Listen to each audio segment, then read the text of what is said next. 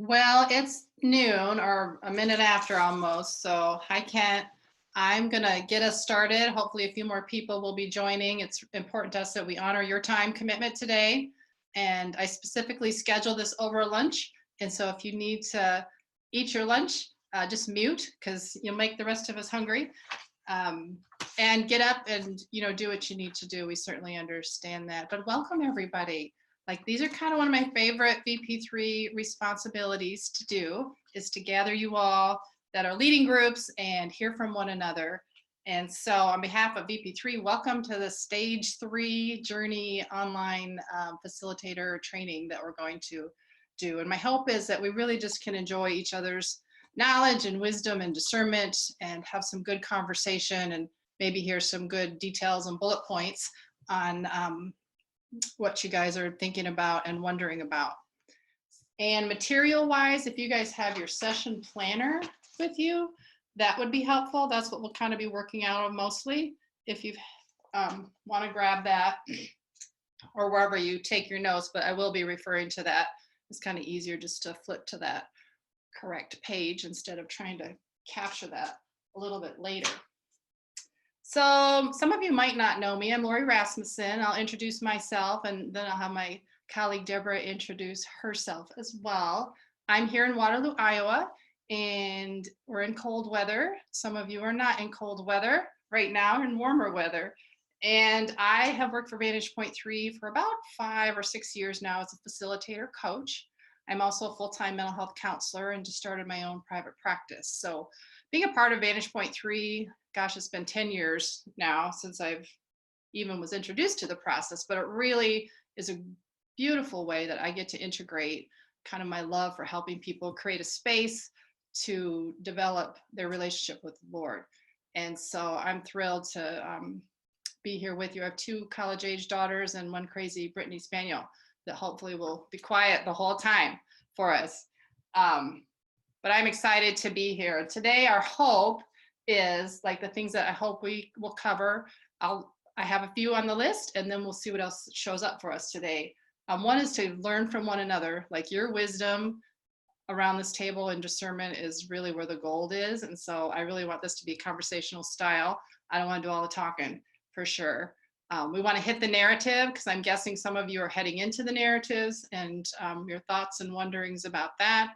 We're going to talk about stage 3 to kind of show a big picture and questions about what might be coming, little details there. And also talking about next steps and helping you as facilitators think about how you're helping your people think about their next steps. And then hopefully we'll capture all the blessings and challenges that you guys might be facing along the way. So it seems like a lot to pack in an hour and a half, and we'll just trust that what shows up is exactly what's going to be showing up for us today. So Deborah, I'll have you give us a little introduction and then she's going to pray, and then we'll slowly get to know each other better too. Yeah, happy to be here today. I'm zooming in from Calgary, Alberta, Canada. So we've just gone through the most horrific week of weather, not like Newfoundland, where there's over 75 centimeters of snow, which is like 2 yardsticks to you guys in the US, but we were down to 30 below with wind chills with -40, that's Celsius. And believe me, nobody was outside other than to run to the car, from the car to wherever they were going. No dogs, none of that. So we've had a relief this week. We're at just over freezing point right now today, and it's bright and sunny. So we're really enjoying that. I've been involved with Vantage Point 3 processes for about 12 and a half years now as a facilitator and then as a coach. I came on to the Vantage Point 3 staff about 5 years ago, and I coach facilitators in and around Alberta, depends, sometimes Manitoba and Saskatchewan too, just what Western Canada kind of needs. And I love it. My husband and I, we have 2 grown children and 7 grandchildren between the ages of 13 and 5, and I teach Bible study at my church. I go to a big mega church, about 5,000 to 6,000 a week, and we've been running Vantage Point 3 processes at our church now for 13 years. And so I'm a real groupie on top of being on staff, and I love it. So I'm so glad to be here today, and Lori asked me if I would pray, which is a real privilege for me to do today. So let's open up and invite His Spirit to be here.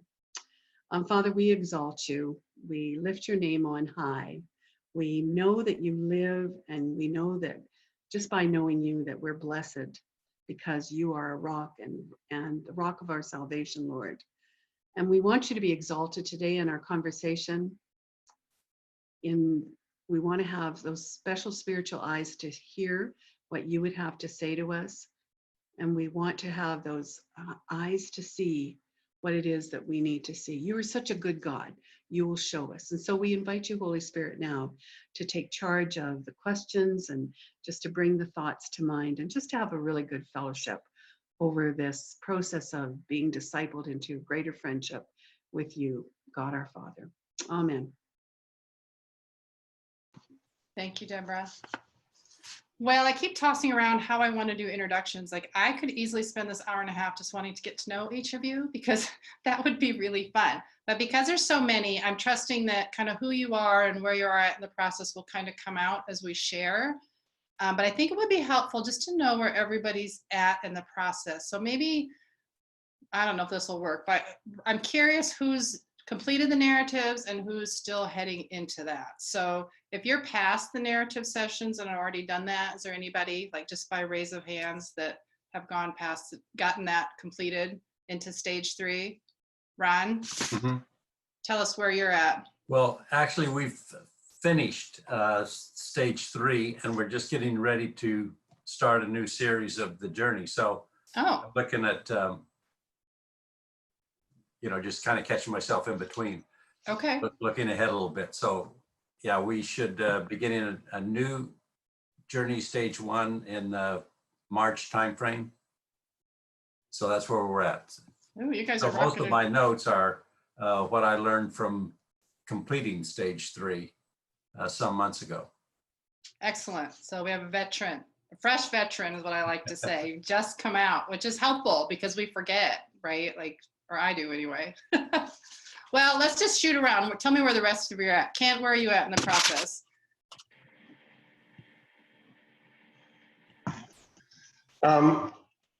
Yeah, we've had a few breaks along the way, so we're just going to start doing our narratives on February 13th. We opted to go 2 people per session rather than doing the all-day Saturday event. So that's where we're at. Okay, excellent. And Stephanie? We actually just started stage 1 2 weeks ago. Okay. And so I'm doing this because we'll end up doing the narrative retreat the week before Easter, and as a pastor, Lent and Easter, I know at that point I won't fit in any training like this in my schedule. Absolutely. Awesome. And Greg, where are you guys at? We are just getting started with the narratives. We have 8 people, and so we're going to do a couple of sessions with 2 during each of the times when we meet. And then I started out by sharing my narrative since I've been through the process before to give them an idea of what that looks like. And so we will, over the next several weeks, have each of them sharing theirs. That's awesome. And how about you, David? Yeah, we just started our poster board last night, actually. So we're just starting the process again. So, and it went great. So yeah, we're just getting into it. Mm-hmm. And there's going to be, thank you for that, you guys. There's going to be several people that have requested this link to listen online. So to you that are listening, welcome. And especially for you that are listening, if a question pops into your head, please don't hesitate to reach out to us. So let me just back up and then we'll dig into the narratives a little bit, just to remind you of big picture. Has everybody done this before? Is there any veterans, like first time facilitators? Sharon, Stephanie? Yeah, okay. So we have lots of veterans and I like the mix, it's kind of fun. But just a reminder, big picture of the journey, kind of getting you as your facilitator hat and eyes on today, getting you up to the balcony, right? It's kind of fun to be up there if you're not scared of heights. Journey, we're walking along with our participants, paying attention to who God is, what God desires to do in my life, and who we are as people. And this practice, the whole journey process gives us practice at looking at our life through our life story lens and how God is using our whole self, our circumstances, our relationships, all of that for his kingdom work. You've heard this before, I'm sure, but the reminder that this is a person-centered process, right? Versus content. There's way too much content to ever master. And so as facilitators, that reminder that this is about the people and what God is up to in their life. And the last big picture point that we like to remind you of is the greatest gift you will give your group is the gift of you being a growing person yourself. And I can just say that with every fiber in my own being, that your relationship with the Lord will be the greatest gift to your people that you're walking alongside. And so don't underestimate that. And it also gives us a little bit of a accountability, right? Which I think is a good thing. So I want to talk about a shift and talk about narratives. And Carla was going to be on the call, and she's not with us yet, but she posed a good question in an email and she asked, how do we foster trust as we're heading into the narratives? And I thought that was a really good place to start, because usually that's something we're all thinking about as facilitators. And so I'm going to throw that question out to you guys. I think we've got some good wisdom. And so I'm just curious what you guys have done, kind of what your way might be in that, and how you might answer that question. We have done it by putting our trust in them with our own story, so to speak, a little bit already. You know, we kind of be vulnerable to them and to be show where we're at and just be authentic with them so that, you know, we're saying we trust you and just we hope you trust us. Good. Greg said you shared your story ahead of time. What was the question again? I mean, Well, I'm curious how kind of what your method is of fostering trust. Going into the narrative process can be quite unsettling for people. Number one, they've not done it before. Number two, I'm going to share all these personal things about me. There's so many things that can create anxiety for folks. And so as a facilitator, it's kind of our job to hold that space and help our people in the room hold that space. And so I'd love to hear you talk about that. Yeah, well, we spent quite a bit of time on the early part of it, going through the covenant among the group and just really emphasizing that. And each of the times that we have met, I've given a kind of what I think is a non-threatening reminder just about the confidentiality of the group. I'm going through this with a group of pastors. And so I think in some ways I have a little bit of an easier way to go through some of that because they know all about and they work in confidentiality and trust every single day. And so, man, if I've got leaders that are violating those kinds of trusts, then I've got way more problems than I know what to do with. So in some sense, that's maybe a little bit easier with the group that I'm working with. Yeah. Kent or Ron, any thoughts on that or questions? Well, I think it's kind of interesting that the way that it was introduced. I know the very first time I went through it, there was no quote like warning. I mean, all of a sudden the group was hearing about the narrative after we had got into the program. So it was a bit of a shock. And over the years, I've tried to be conscious of two things. One, I have been amazed that people who did not know one another, but came from different places for different reasons, were able to share more openly and more comfortably than people who had, as some of our groups, you would go and then you'd invite a friend to go. So they may have been friends or spouses together or long-term relationships. And I found it was much more unsettling and we needed to take a little more time and developing trust and confidence in that environment. For some reason, it seems easier to share with strangers sometimes than it is with maybe even family members. I remember the first time I went through it, it was the church staff, and my daughter was on church staff as well, or on the board, I mean. And so when we got to that part, it was like, whoa, just how much do we share? And she was wondering the same things. So fortunately, we had some pretty good conversations about that. But so I recognize those two elements. Some groups, I think, need more time in prep, and others are almost looking forward to it.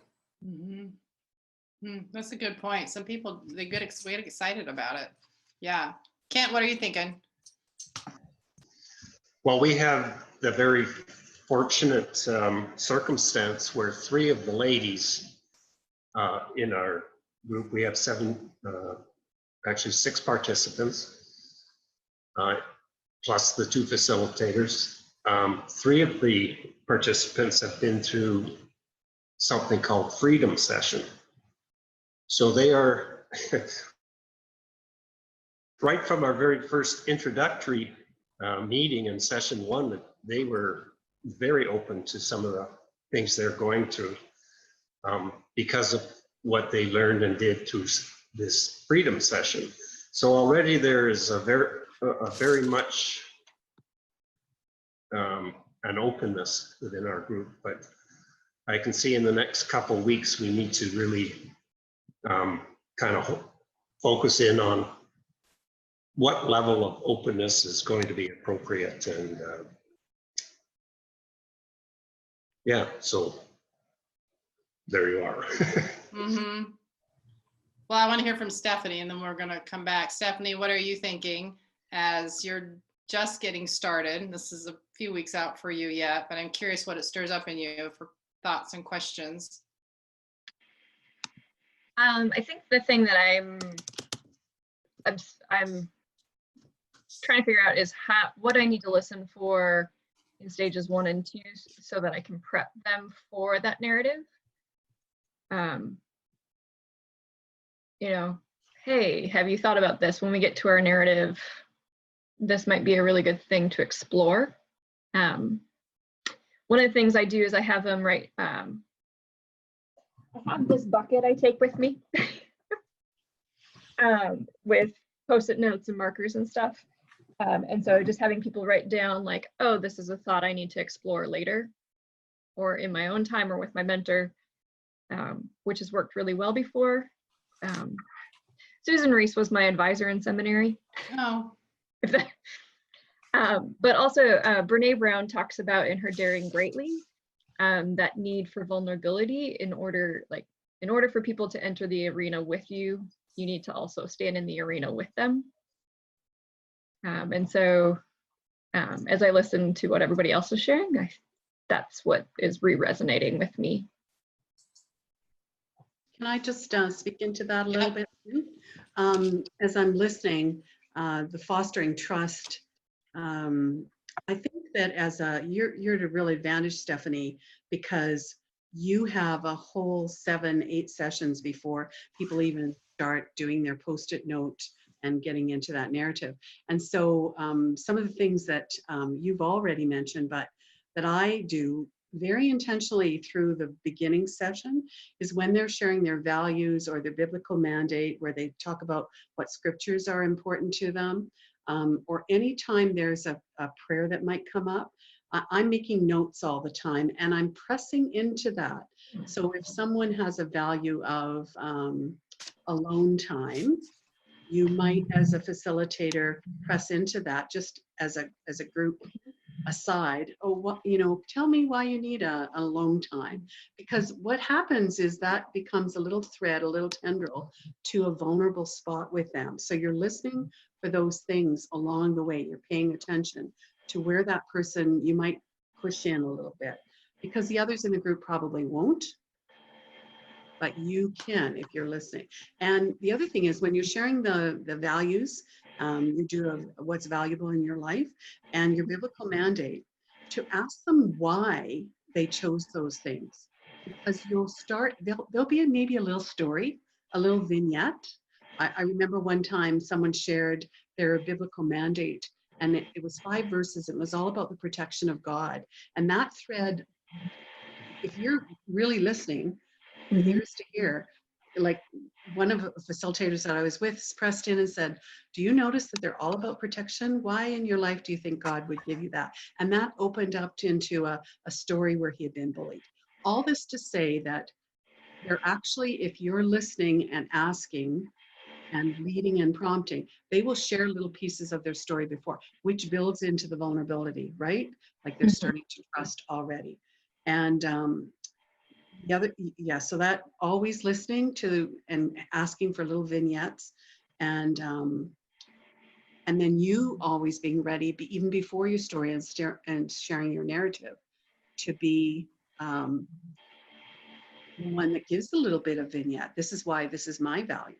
So Mhm. it's not just a one-time thing, it's listening all the way through.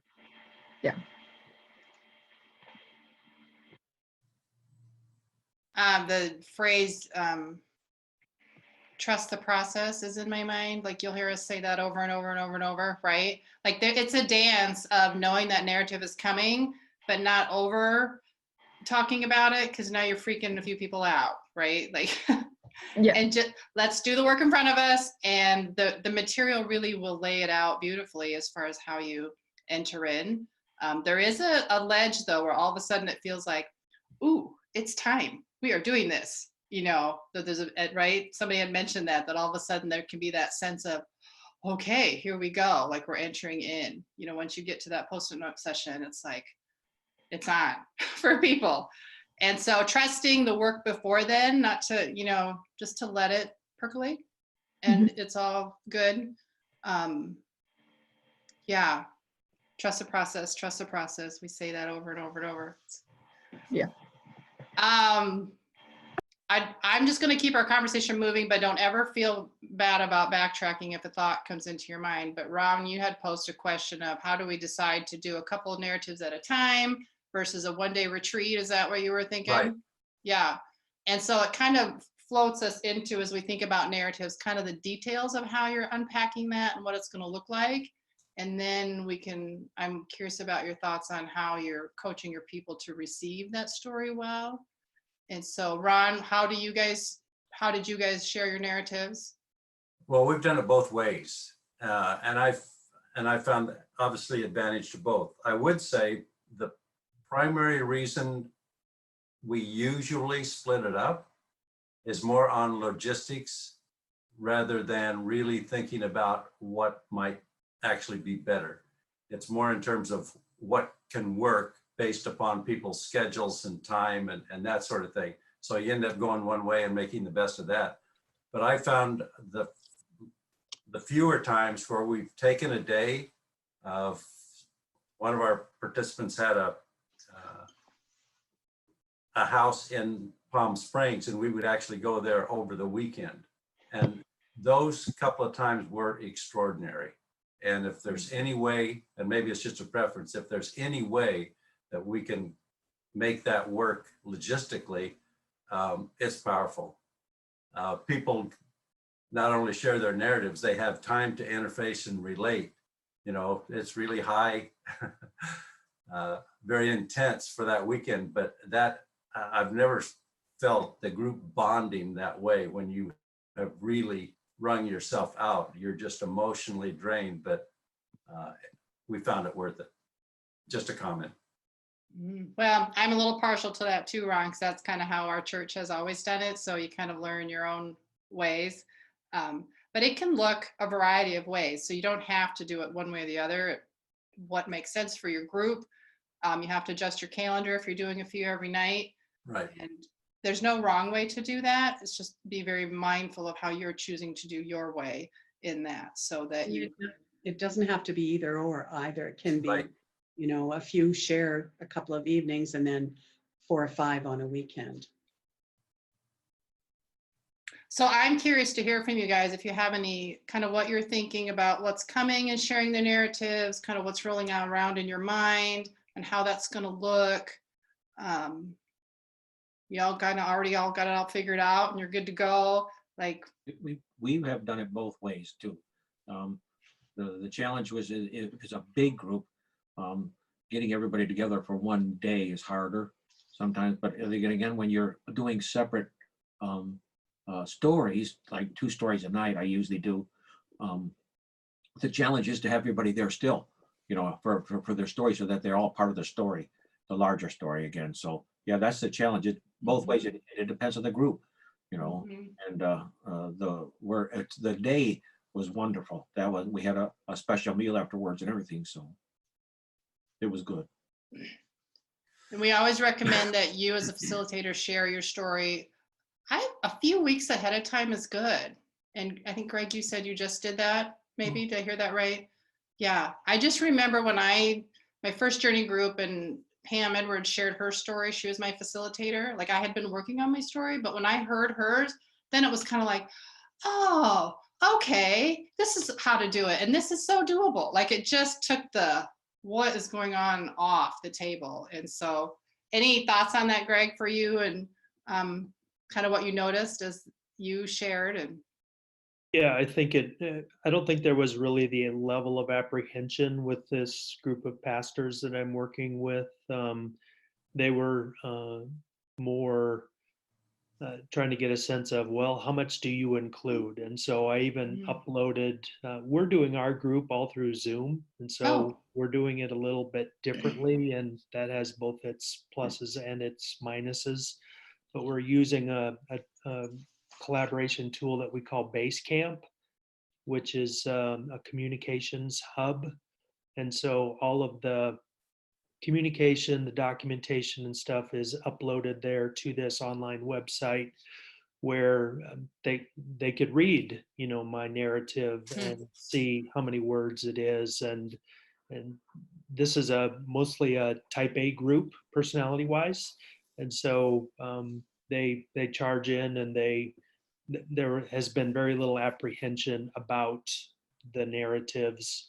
It's more of, well, how much do I include? Okay, I'll go and do it. And so they thus far haven't expressed any of those reservations. I'm curious, in creating those narratives, what is your conversation, any of you, but Greg specifically, what has been your conversation when a participant asks, do I have to tell everything?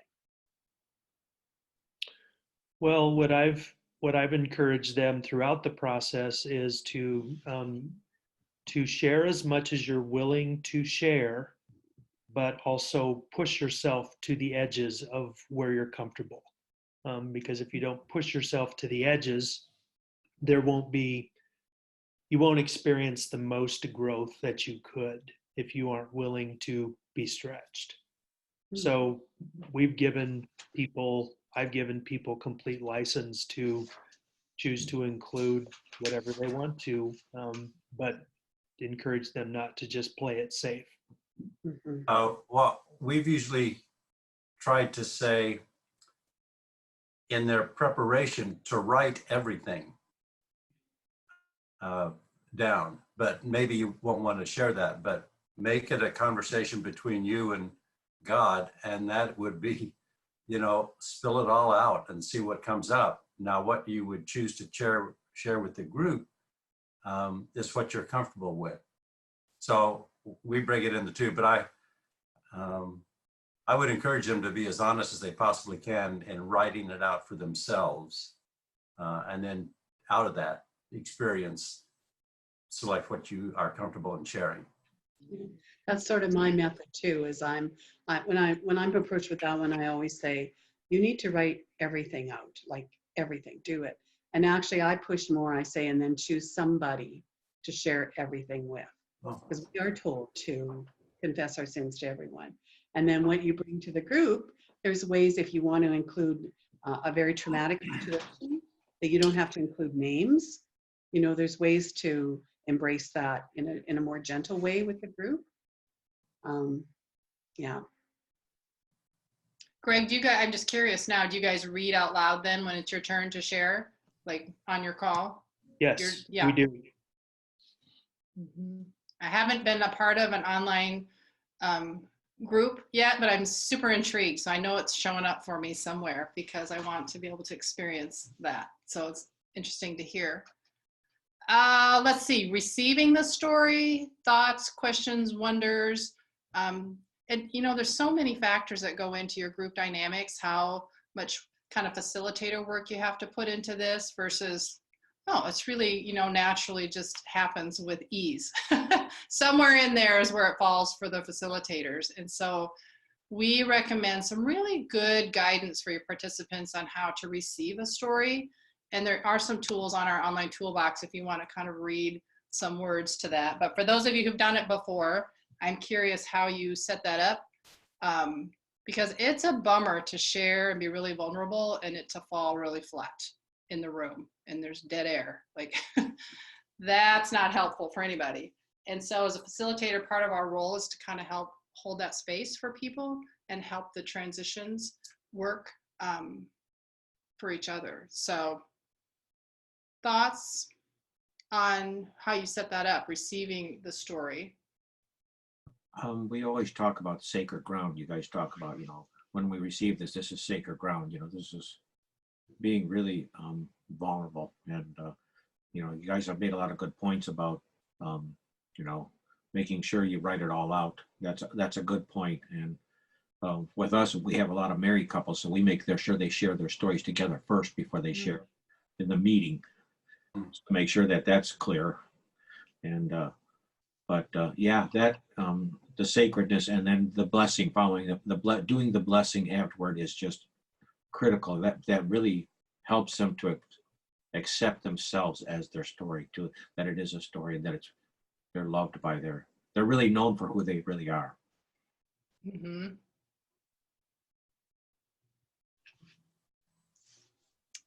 Other thoughts or questions on receiving the story? Stephanie, what are you thinking? Sorry, the smirk was, I'm sorry about my dogs.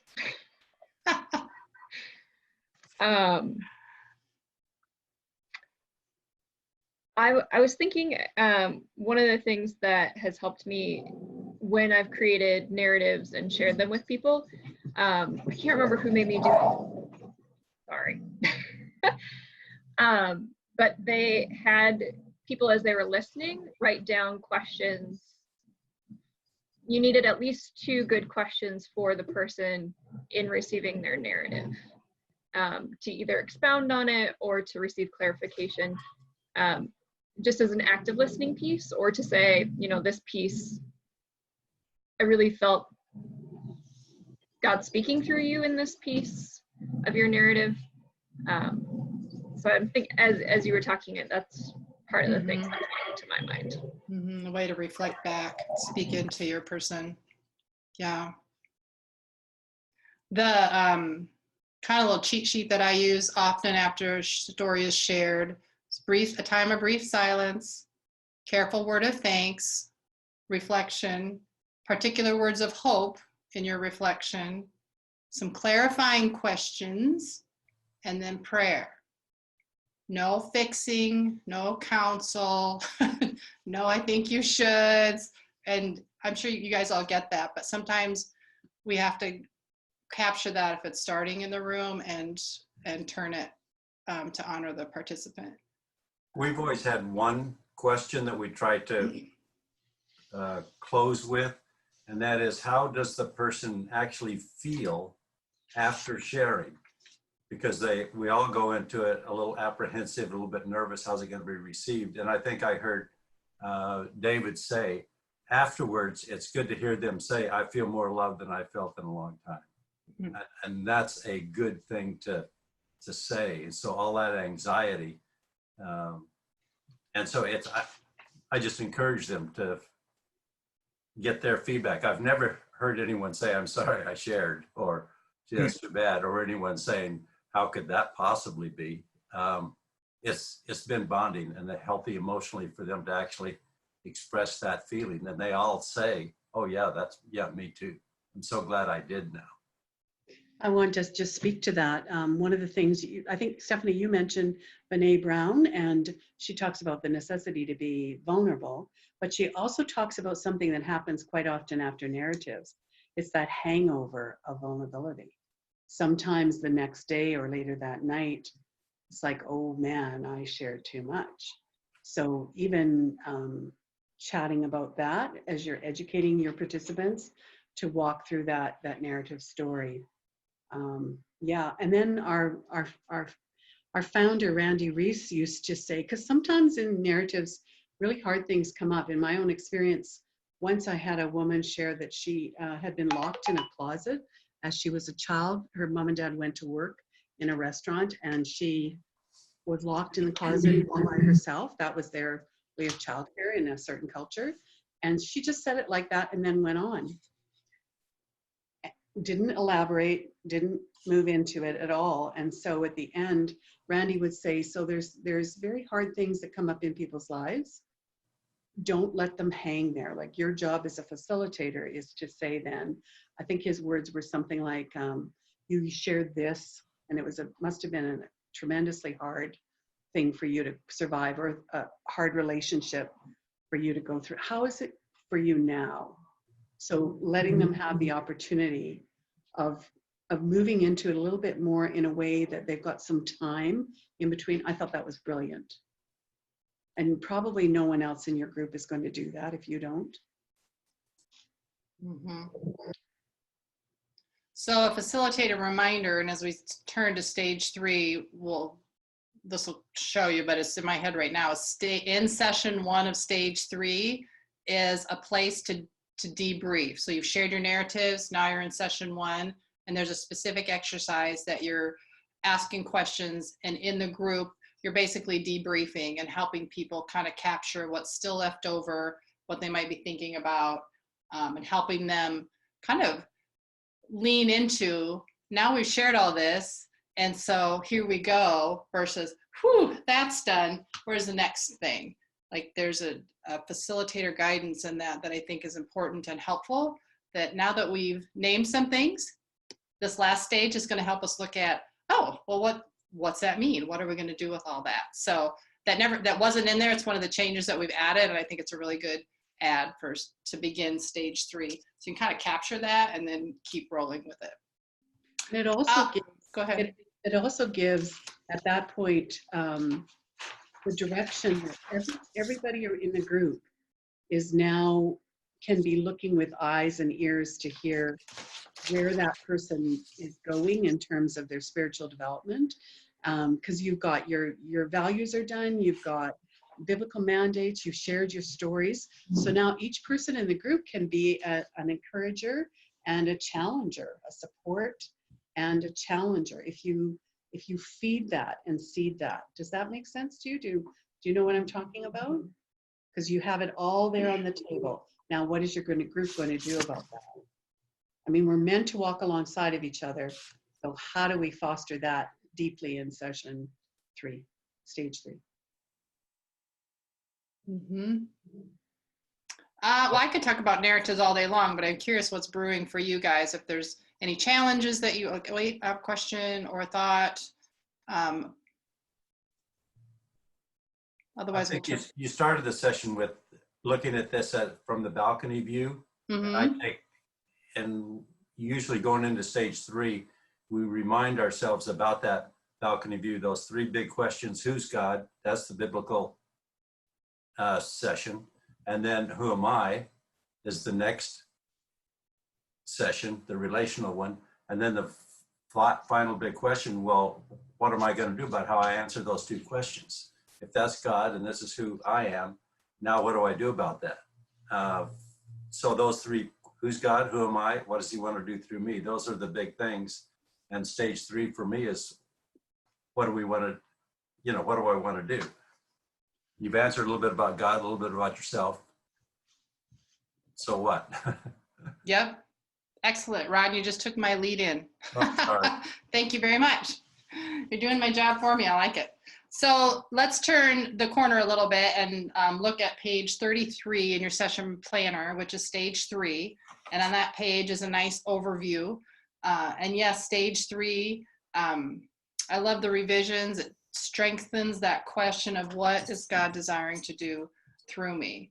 And the backdrop in that is through John comes out of John 15, where Jesus is inviting us into companionship and contribution, a life of togetherness and a life of bearing fruit, loving one another, and how that's being lived out. So I asked Deborah to we're going to do an overview of big rocks. And this section in these trainings is always a little challenging for me because it's the dance of reminding you, hopefully not boring you, but hitting things that you need to know. So certainly as we go along, please be like, oh, wait a minute, what about this? Like, feel free to speak up and ask questions as we kind of navigate stage 3. So go ahead, Deborah. Sure, that's great. I have to navigate that little button, right, off and on. So yeah, that idea of companionship, friendship with God, everything that you've done in 1 and 2 culminates in those personal relationships. And I love your question, Ron, about so what? So what is that going to be? Because everybody's asking that. That's what they want to know. Like, where do I belong in God's kingdom if I've got this reawakening? And so some of the things that we have to fight against and mitigate against and hold intentionally in our mind as facilitators through stage 3 are that idea that you are not a lone ranger. You don't have to do this on your own. God created community in the Trinity, and indeed it works. And so that's what happens in the group from sort of the time on that you enter stage 3, is that if you can set that tone, we are to hear, using our own Holy Spirit inside of us, to help each other see what it is that God is intentionally asking us to do. Now, is it going to be perfect? No, but we need each other to do that. We can't, he didn't set it up so we could do it alone. It's the way Jesus walked. It's one of his foundational ways that he included the group and they challenged, supported. I'm really on that today, but anyways, okay. And the other one is, so that embraces the first 2, the Lone Ranger, and also walking alongside of others. Looking at who in their story was someone that walked alongside of them and pulling that out of the sessions as you hear it. You know, my friend so-and-so helped me when just moving into that and asking, oh, what qualities that person have and what kinds of questions, like making them rethink that. So that idea that they had someone in their life, maybe brief, but maybe long-term, that they could emulate or tell us about, that we could emulate. Jesus was very good at that. He was very intentional what he did with his disciples. And then in the fun part, as we get to know one another, I love the Strength Finders, which is exploring your talents and your gifts. Most people really enjoy doing the Strength Finder. It gives them, it's not a perfect tool, but it's a good psychometric instrument, and it does hone in on those pathways. I was listening to Dr. Caroline Leaf a couple of nights ago, and she talked about the super highways that we have in our brain, the patterns that we develop over time. And that's what this instrument gives you. So you're going to end up with 5 for every individual. It's an online survey. Every individual is going to go in and do that. And that can be so much fun. Oh, I'm a woo, or oh, I'm a relator. Because people, once they have that, as a template, it's a wonderful way to have a lens on what's happened in your life and where you're going in your life, and encouraging that whatever they have thought about in there, when you see it in someone else, if they're a relator, say, oh, that's the relator in you. Like, just constantly showing that up. And then the specific calling, knowing that they're going to draft a personal vision, but knowing that that's a work in progress. Not too many people at the end of year 1 go, yep, I know exactly what God has called me to. Some do, but most it's, I see some areas, but that there is a personal calling. There is a so what. There is a so what. There's a place for you in God's kingdom, just like there was for Moses, just like there is for Joseph, there was for Joseph, Ruth, etc. And then the big one is, how do you finish well, and how do you talk about next steps on their spiritual journey. It might be with Vantage Point 3 doing year 2. It might not be, but there should be a next step spiritually, something. And so you press into that. So all great things, lovely things, as Lori's going to unpack now, the details of the celebrations that are in there and some of the things to look out. It's a wonderful stage because it's about them with some background and some spiritual grounding. It's great. Thanks, Deborah. So the book you'll remember is Henry Nouwen, in the name of Jesus. And then I don't have it in front of me, the Clifton Strengths book that everyone should have to do that survey. And so let's start. Ron, you just finished. So I'm curious, kind of your insight, takeaway, just on stage 3 overall, maybe what you noticed, your own challenges in that stage. Curious.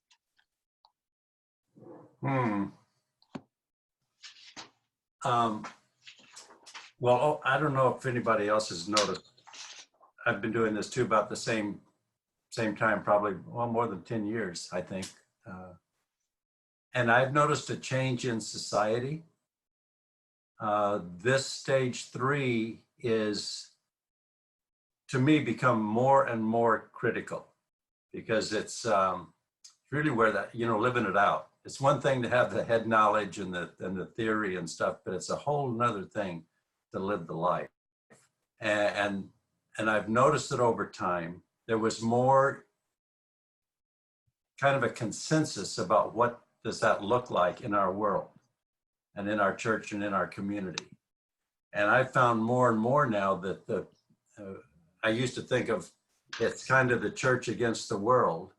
And now I'm finding even within the church, there are some real cultural, philosophical life views that are coming into conflict, at least in our church.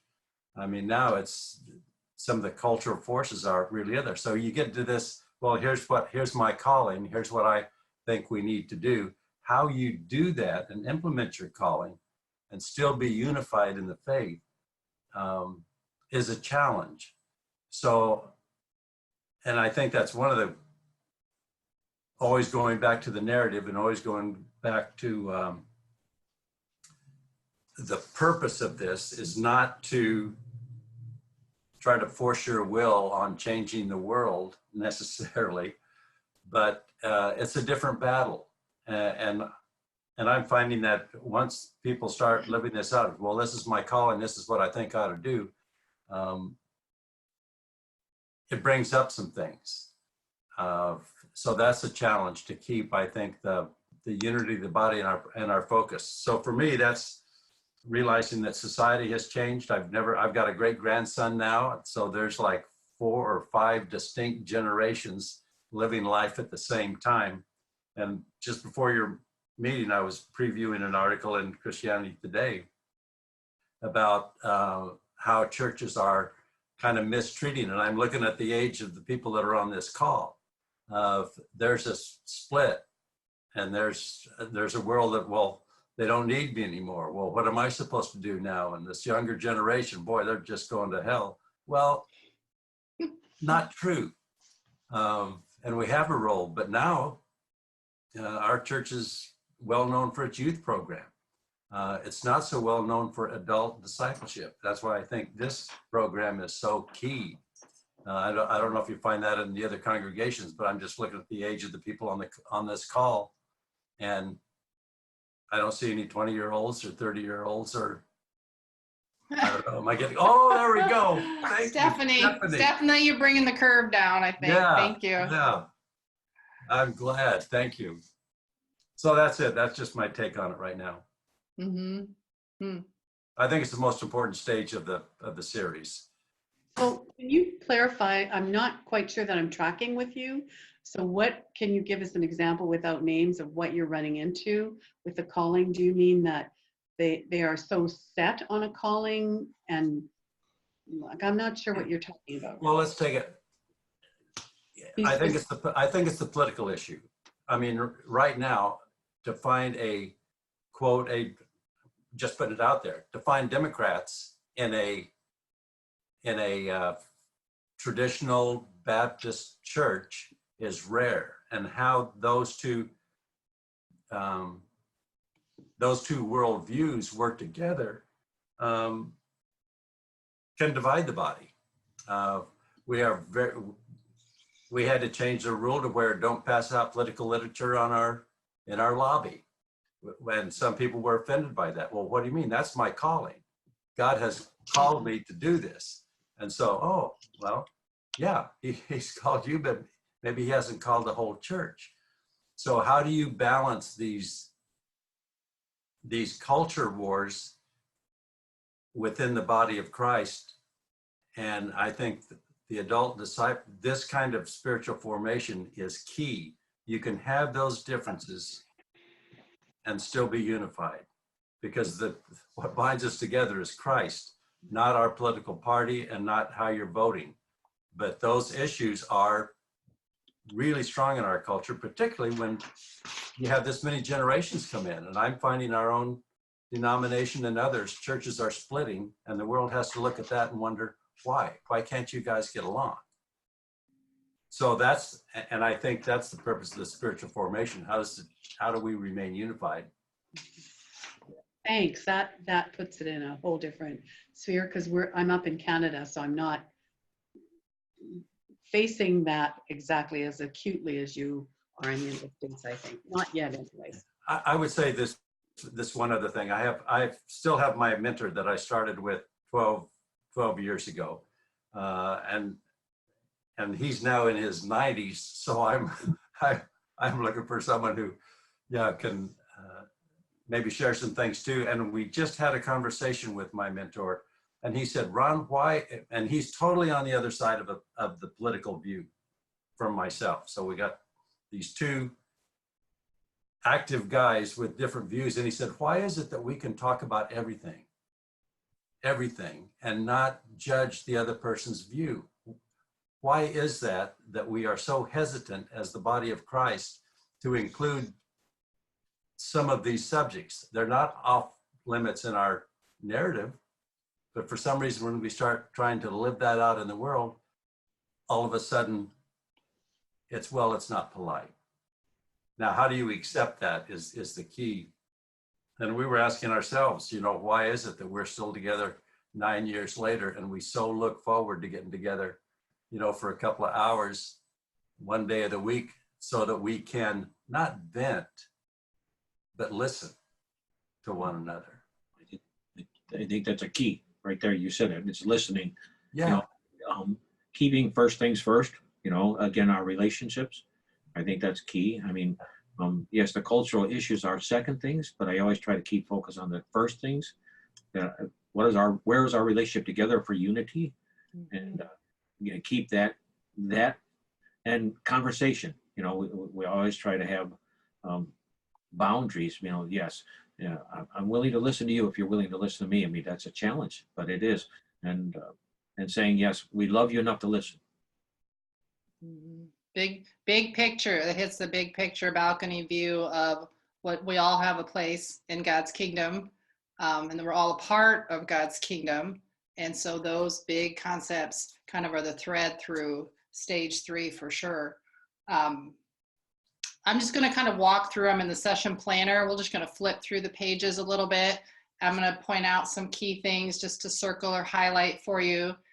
It might be repeat if you've just come out of this. And we'll certainly take your thoughts if you've noticed some things that we don't mention. But I'm on session 1, we kind of spoke about that, where you, on page 34, a shared way of life. And that's where you get to talk about your narrative experience.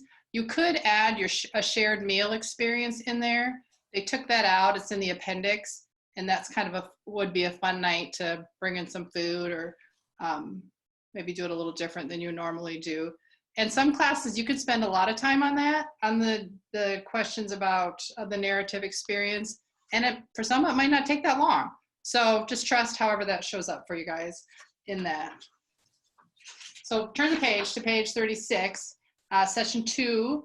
This session is exploring the character of Jesus. I love the content in this session. It's where you get to kind of dig into Jesus' hospitable way, particularizing, deepening, patient, invites people in to think about how they're walking alongside others in using Jesus' character as the example. And so it can be a bit of a, oh, I've been mentored. Is God nudging me to mentor someone and to reach out, walk alongside someone? In the tips in this session planner for session 2 and session 3, we just have notes to help you kind of plan for session 4, which is where your folks will be sharing their gifts and their strengths. And so there's prep work. So you don't want to be caught off guard, because that's a bummer when you get to class and half the people haven't done what you've hoped for them to do, right? So just to keep there's a lot happening once you get past session 3. It will just go like fire. There's a lot to be done and a lot of good work that's happening. So you guys are nodding your head. You got to kind of have your calendar in order, have your prep work in order, so that your people kind of can stay with you in that. It's so much fun. So turn the page, 38, page 38, session 3, walking with others. Again, this talks more about spiritual companionship. Just pay attention to the tips in there, because it's preparing you then for session 4. There is on the website a Finishing Well podcast that should still be up. So if you're your brain's kind of thinking about, oh, how do I want to end this? And you kind of want to hear some more conversation about that, just poke around on our website, that's on there. So let's go ahead. Jump back just for a minute at Yep. getting ready for the Strength Finder. You want to do it a week before if you've never done it before. And some facilitators ask everybody in their group, when they've done it, to send them their list of 5 strengths, because it's kind of good for you to know that ahead of time. And there's lots of, in the toolbox, there's 2 really good tools. One is about grouping people so they know if they're a promoter or they're a visionary, like giving them the broader picture of what the strengths can be under, which is good for team whenever they're in a team or looking to build a team. And the other one is a little chart. It's just a chart with where you can put their names and their strengths. And then you can look up their strengths ahead of time and be ready, and then that's very affirming. You can go, hey, I know that this resonates with me. Or some fun thing that I've done most of the years is, before people tell their strengths, I just have all the participants write down okay, so Stephanie, you're going to share your strengths in a minute. Everybody write down what they think one of Stephanie's strengths are. That is so much fun to do. That's good. A couple of things. Some people choose to bring in a certified strengths coach, someone that's trained and doing group work in that. And I've been a part of that, and it is so cool. Not everybody has access to that, or it costs money that you don't have to spend to bring that, trained person in. So you just keep your ears perked if there is someone. Sometimes that lands for people and it's quite lovely. If not, you'll be fine, So page 40, session 4, it's really a great night where your people are going to share their strengths, share their gifts, and then the exercise is to affirm that back into one another. Gosh, every time we did it, we would put our strengths on a piece of paper and we'd put them all up on the wall. So then we could all kind of sit back and capture the group as a whole with our strengths. It was quite powerful. But then to affirm each other in those. Same with the gifts. Spiritual gifts is to have some opportunity to affirm that back into people. And just to be careful to help people, that these are not etched in stone, even if the paper says it's this, right? Like, we are ever growing, evolving people. And so just to have a lens of, oh, this is what it says. What do I think about that? What do we think about that? Versus and this people, sorry. Go ahead. Might have lost the thought. Oh, and some people don't like their strengths. So heads up to that. They don't. They're like, I don't like that strength about me. So that can even come. I mean, we paint it as a great thing, but It's not always. Sorry, Lord. You know, I know that when we first did it 16 years ago, it's different now. Oh, Our strengths have changed because the seasons Mhm. of our life changed. And our other strengths came through because that's where God's got us. I mean, he's grown us since we've started this process. And so now, you know, it was interesting because, of course, then we find out more what our first 10 or 12 strengths are now instead of just 5. And it was interesting because now my first one used to be just having harmony. Well, that harmony disappeared because I learned that there's positive conflict. And I never had that before. All conflict was negative. So learned it.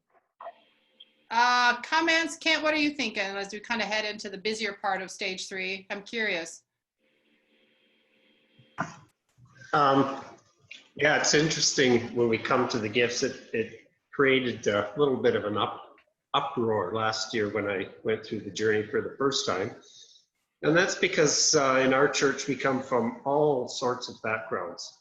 Myself, I come from Pentecostal, charismatic type background, and there were others in the group that were the same.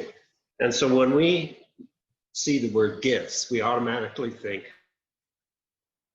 spiritual gifts. And this survey was not spiritual giftings. It was, I forget what they called it. I think there's kind of a mixture of spiritual giftings plus other types of giftings.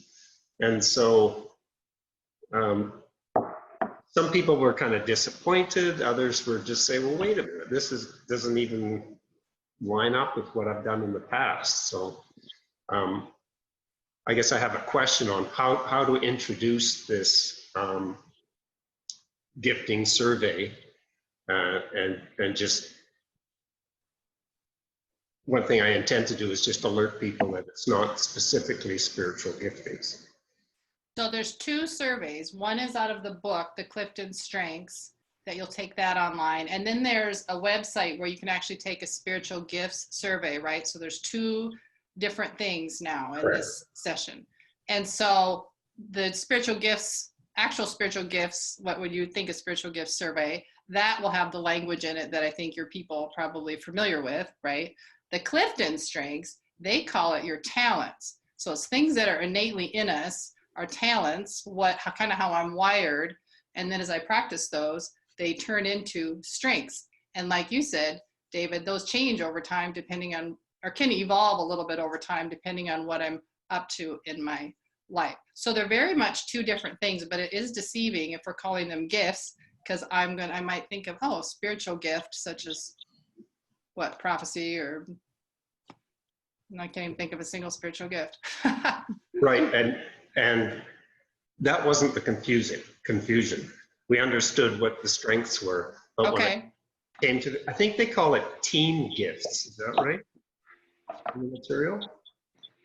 I don't honestly remember, but most people were thinking this gifts survey was going to be spiritual gifts.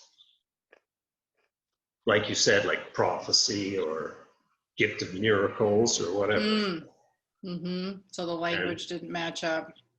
Right, and so it really, there's ministry gifts in there, there's other types of giftings mixed into this survey.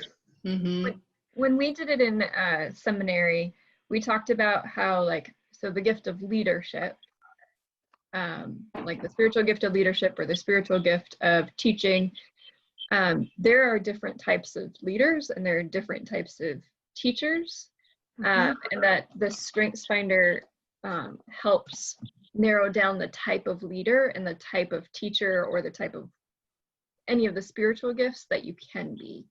And so for me, one of my gifts is connectedness. I like to I like to not be in the front of things directing them, but I like to be behind the scenes connecting people to make them better, which is my form of leadership, which is different than, so the strength that I think can mirror the spiritual gifts, they just give you direction on how they manifest in our everyday life. I'd like to go ahead and agree with, Stephanie on that, because these kinds of tests were also big in the business world. So companies would do this and stake their, who gets promoted and who does what in the slots. And sometimes we have these, I thought the Strength Finders was really good in breaking down those preconceived ideas about what a leader is or what a teacher is, because you can take your strengths and fulfill all those roles. Classic one is they think salespeople are extroverts. Most successful salespeople in business are introverts. So right away, people would come into take that Strength Finders and they would say, oh, no, I couldn't do that. Or, yeah, that's my destiny. That's what I'm really going to do. Now it's really how you apply those things to living your life. So you can be successful in a whole range of, and we hope you are. We hope in fact, we can kind of weight this thing too. What's the dominant strength for most of us? I think every group I've had in, learners is dominant over all the people that take this, because this is the way we like to learn. Hey, sign me up for a seminar, I'm in. But that's not everybody. And I Can't think work. Oh, go ahead, Deborah. the other thing to remember is all of the things that we look at, including the Strength Finders and all of the different spiritual gift surveys that you can take, is they're just tools. They're meant to give you awareness of things that you maybe not looked inside yourself and recognized were there. And so in order to move out into God's kingdom, you have to have some kind of awareness that you have a special gifting to bring. So they're not meant to be set in stone, like I think you said before, Lori, but they're an instrument to use. Oh, so this is maybe a possibility. I am like this. Remembering that every strength has and spiritual gift too, I would say, has a misuse that can be used. So to be aware of that, most people don't, like the false self of every spiritual gift too. So they're instruments, right? So the conversation doesn't have to get too heady if you uplift that value. They're instruments to show you who you are and how God might use you. I like sometimes to take that thing here and help them to see how it fits into their story.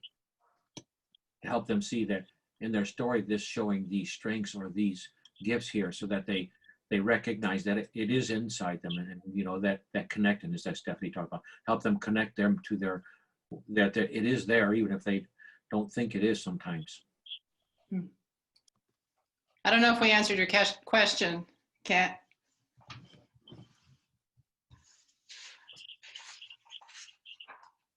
Kent, do you have another thought? Yep. Yeah, maybe I didn't express the question clearly, but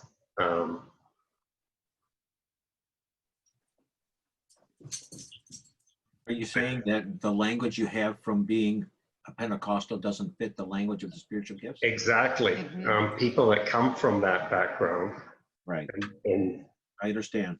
they're about to do a spiritual gifts survey, and they know they're from tests they've taken in the past, they're prophets, say. So they expect this to have, reveal the same thing, and it doesn't. And then it reduces the value of the exercise to their lives. So I personally in my group will make it clear. And I believe, I haven't looked, but I believe the term that is used is team giftings. Is that right? Not specifically spiritual giftings? Well, no, Am it I wrong? actually says pay attention to your spiritual gifts. Okay. They have you on page in the actual session it's page 58. And so it does say lift your top 3 spiritual gifts. But here's a thought I had, and this is just off the top of my brain. It might be valuable to go and look in the Bible, and see what gifts are and where they are and what they are. There's not just one list of them. and to look at that first, so that might help set the stage for a widening, depending on their backgrounds, a broadening of what they think of. Would that maybe be helpful? If I think ran it- that's good. Yeah, that's good advice. I'm going to do that. Very good. Tell us how it goes. Yeah. Okay. All right, I'm watching the clock, so let's turn the page, page 42 in your session planner on session 5, embracing a sense of calling. This is a new session in the revision of stage 3, which is just lovely, I think. And there's so much workspace in this session. So it's kind of one of those sessions where you might want to have your people not wait till the night before to do it, because there's all kinds of boxes to fill in that bring back their values, their mandate, key things from their narrative, and to try and capture that all in visually a few pages to kind of help them land on this personal vision statement. It could be a new exercise for some, and it can be a little daunting for some. Like, I have to stamp this in ink and Sharpie marker, permanent, kind of thing. And so just to, again, lift it up that this is a fun, exploratory whiteboard exercise, and let's see where the Spirit's going to land you right now. This doesn't have to be for the rest of my 50 years. This is today, right now, given all that I've learned. Where does it land? And so I love this kind of stuff, but there is some facilitator kind of coaching that can help people just kind of relax a little bit in doing it, and just to see what shows up with that. We'll turn the page. Any questions about vision statement and calling? So I'll turn to page 6 because that's next steps, and I don't want to miss out. Or turn to the next page, page 44, session 6, next steps on the journey. This stage provides place for people to revisit and kind of look back and capture some things over the whole year. If you've done this journey process several times, we used to have that end paper, what was it called? It was a reflection paper where you did a little summary, right? So it's not quite the same, but we do want to try and capture some of that. So there is an exercise in session 6 to kind of help people capture that key things that they've discovered over your time together. And one of the things I wanted to point out as a facilitator for you guys to look ahead at in your spiral on page 86 and 87, just write those numbers down. Pam Edwards introduces kind of the paradigms of how we grow or think about growing as adults. And I'm sure you've heard her teaching before if you've been to any of our trainings, because she usually brings this up where she explains the first paradigm of kind of a linear growth paradigm. And my visual always like checking up the mountain to get to the top, like there's one trail and my goal is the top and I did it and I'm done kind of growth paradigm. It's kind of, all right, I got it figured out and I'm done, versus paradigm number 2, much more organic, much more spirit flowing. My visual of that is always at the trailhead where there's the map and you get 6 trails to choose from, right? And then you get to decide which way you're going to go, trusting that the Spirit's always going to be with you. So much more of a dance in our growth and an evolving journey kind of concept. And I put that out there for you guys as facilitators, just because as people are evolving and doing this work in this last stage, that as facilitators, one of the things you might be listening for is any kind of stuckness where they're like, I got to get it right, versus this is a journey. And to help open that, like you say, Deborah, broaden kind of their lens of how they're growing and what that's going to continue to look like, thinking about next steps after they're done with the journey process. And so I just think it's good just to tip you off and you guys peek at that ahead of time. I wanted to bring that to your attention. And sometimes too, this is a time where you've noticed someone maybe in real emotional distress the whole year that hasn't, that hasn't calmed down. And it might be that outside conversation that you have with that person, what your next step you might need. So you're speaking into them. It might be a freedom session that you need, or some deeper work in this area. It's a great time to do that. kind of one-on-one, because they're going, I can't, there's that feeling of stuckness, right? So if you can look and Yeah, the light bulbs are going off for some people at this phase, and for other people, they're like, how come I don't have it yet? Like, I don't know. Like, what's wrong with me? Like, they can kind of get inside themselves a little bit on that.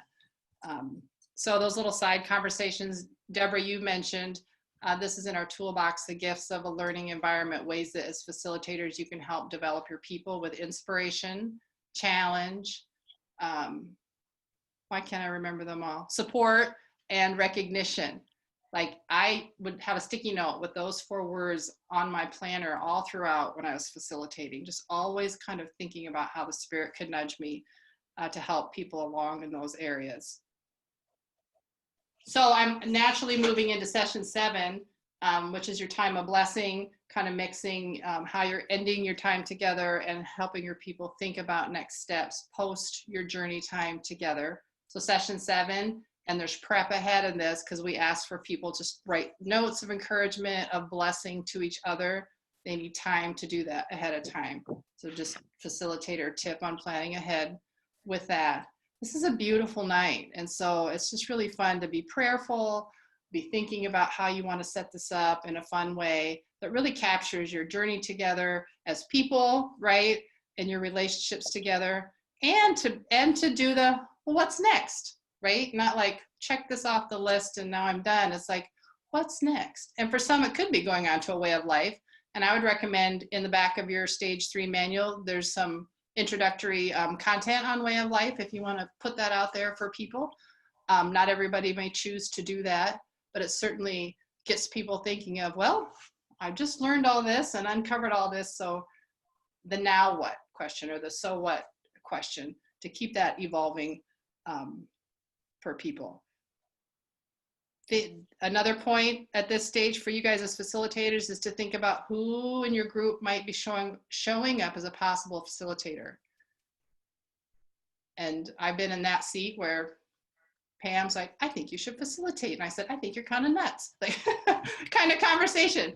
Like, you guys are discerning and noticing the people that could be like, oh, they have the gift of leading and gathering and creating the space for people to learn and grow.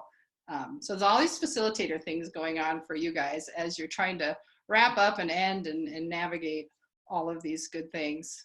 The other thing, go ahead, Deborah. and to remember that goodbyes are hard for some people, like really hard for some people.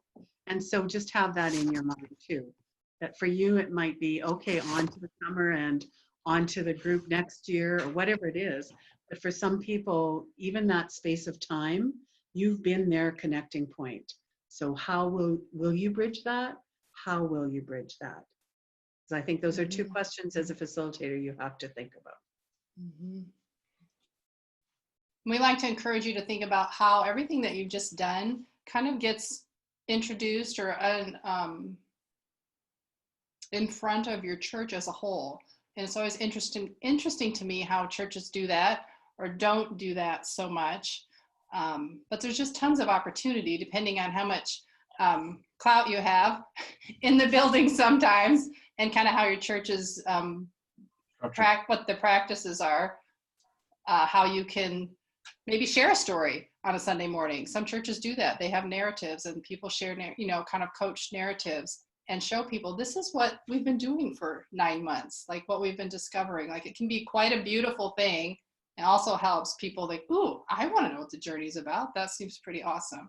And so just, again, thinking about kind of bigger picture of what is going to happen with all this good work that you've just done, kind of fun to think about. And you may need, if you're not the pastor of your church, you may need to go speak with someone else that's, in a position to kind of help think that through. I'm curious what some of you have done. David, what have you guys done? Yeah, well, I mean, we're a bigger church, so we have the ability to video, and we have people on staff that can put a video together to help share a story. I mean, I know we're going to be coming up with another push or leading to another. We have it's kind of slowed down in our church a little bit now, and it's gaining momentum again. We've been doing it for years, but if you can just put a video and then invite people just to a time for a time for us, it's so much structure. We have to do it after church, or we put it between services, show a quick video of a quick story and make it that way.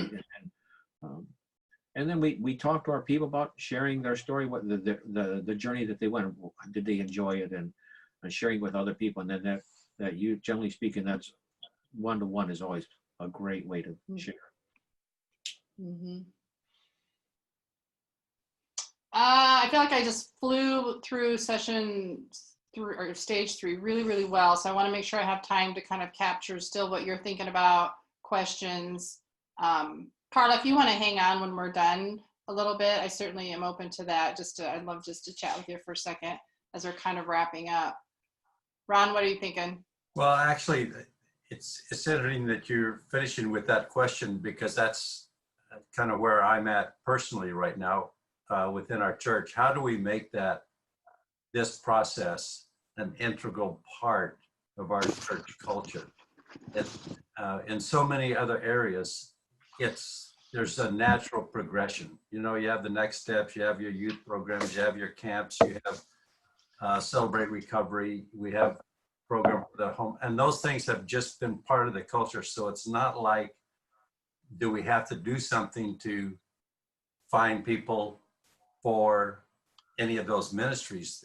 They just go. I have not found that spiritual formation or this series, even though we've been doing it now for many years, it's not a natural part of our culture. We have to, so I am looking for ways to, how do churches make this a part of just their natural DNA? The challenge is finding the person who has the voice to say it or to lead it. You know, in a big church like us, we have many staff that have voices, but finding the one voice that will champion what is doing it. So we just hired a new person on staff, and he's new to this process, but he saw the value in it, and he's going to pick it up, which we didn't have before. I mean, we've had somebody champion for 10 years, and then that person stepped down. Well, all of a sudden that just kind of, like you said, you just kind of lost.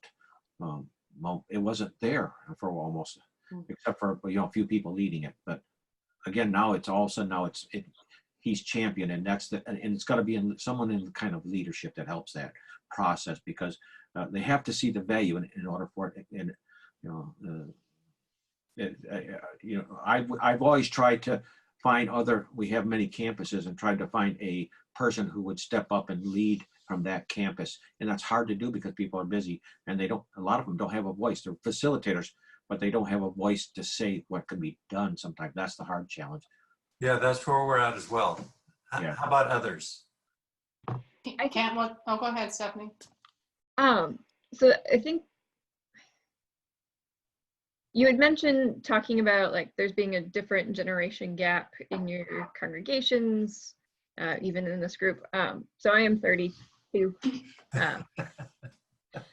I'm technically a millennial, and one of my roles is I'm in New York, and I'm our region youth program coordinator for the American Baptist Churches of New York. And there were just a couple of things that I've learned. You need to have an ask. In the day of social media, I can sign up for something easily through Facebook or online and just say, yes, I'm going to attend. But if somebody approaches me face to face and say, yeah, I saw you say yes, tell me more about that. What makes you interested? That connection, as much as it feels like my generation and younger doesn't want that, it is the thing that will seal that, and they will participate. The second thing is that millennials we watched our parents just show up to church out of obligation, because that's what my grandparents did, that's the expectation, but there's so much competing for our time and our energy. Really communicating, why is this valuable to me? What does this do with me or do for me? How is it going to connect to my work life, my marriage life, my parenting life? And then On that point, and how do you do that? What does it look? storytelling, tell your story.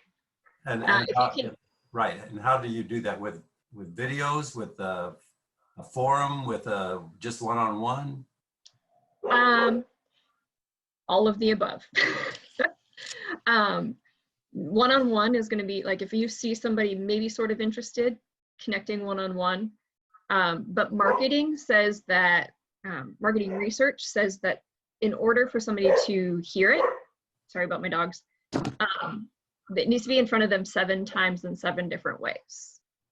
So if it's in video, if it's in a forum, if it's in the announcements, if it's one-to-one asks, it's going to get more and more. Have you ever had, in your church, have you ever been like, you know, you really should just read the announcements? That's my problem. I'm like, it's been in the announcements for 6 weeks and nobody's paid attention to it, right? Clearly my job at marketing did not go well. So I need to get it in front of them in different ways. Thinking creatively and thinking in technology. But also that's a connecting point for someone who's younger, who's already bought on, to say, how do I communicate? So if I don't use Facebook and I don't use YouTube or I don't use any of those, maybe whoever's in your 30s and 40s who could connect that to that generation, that's a way for them to use their calling as well and their gifts. We found out that we're just starting to use texting to reach the younger generation in a big way with some kind of thing saying, hey, an ask, like you said. And that's interesting because the texting, see, they'll answer the text, not the email, not the this, not the announcement. They won't. You give them a text, you'll get an answer. That's the way it is. I mean, it works, and we're finding out that's very good. My high school students do it all the time. I'll send emails and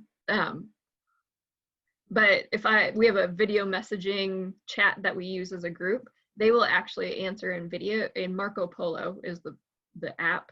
They will answer in that way even more than text because it's face to face, but it's quick.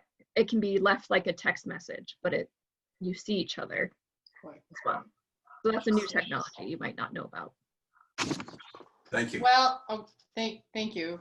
Hopefully that was helpful, Ron. I do want to honor our time. Like I have a little bit of flexibility, but I know some of you may need to leave right at 1:30. But I would like, if you have just one more minute, I would like to just go around the horn and kind of capture any things still wondering or lingering or any final takeaways for you.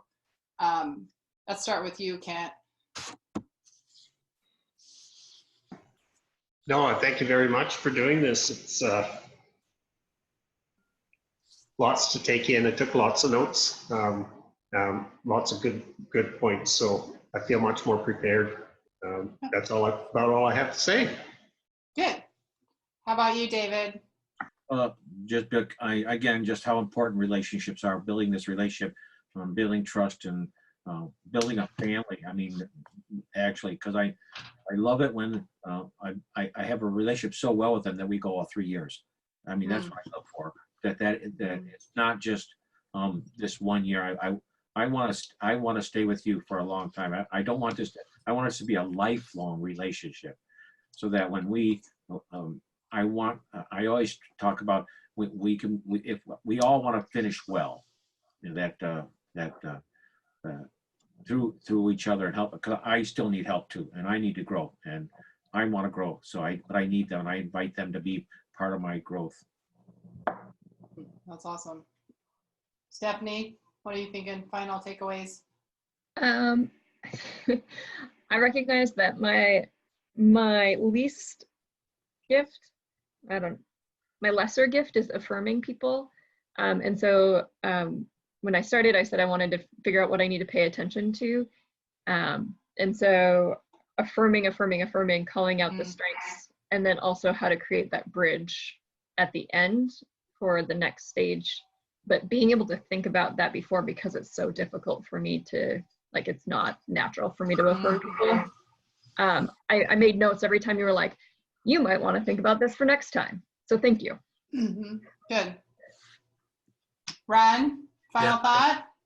Well, I just appreciate these. I need this myself, maybe the other two too, to get that little boost, to renew, to kind of get me refocused again at the beginning.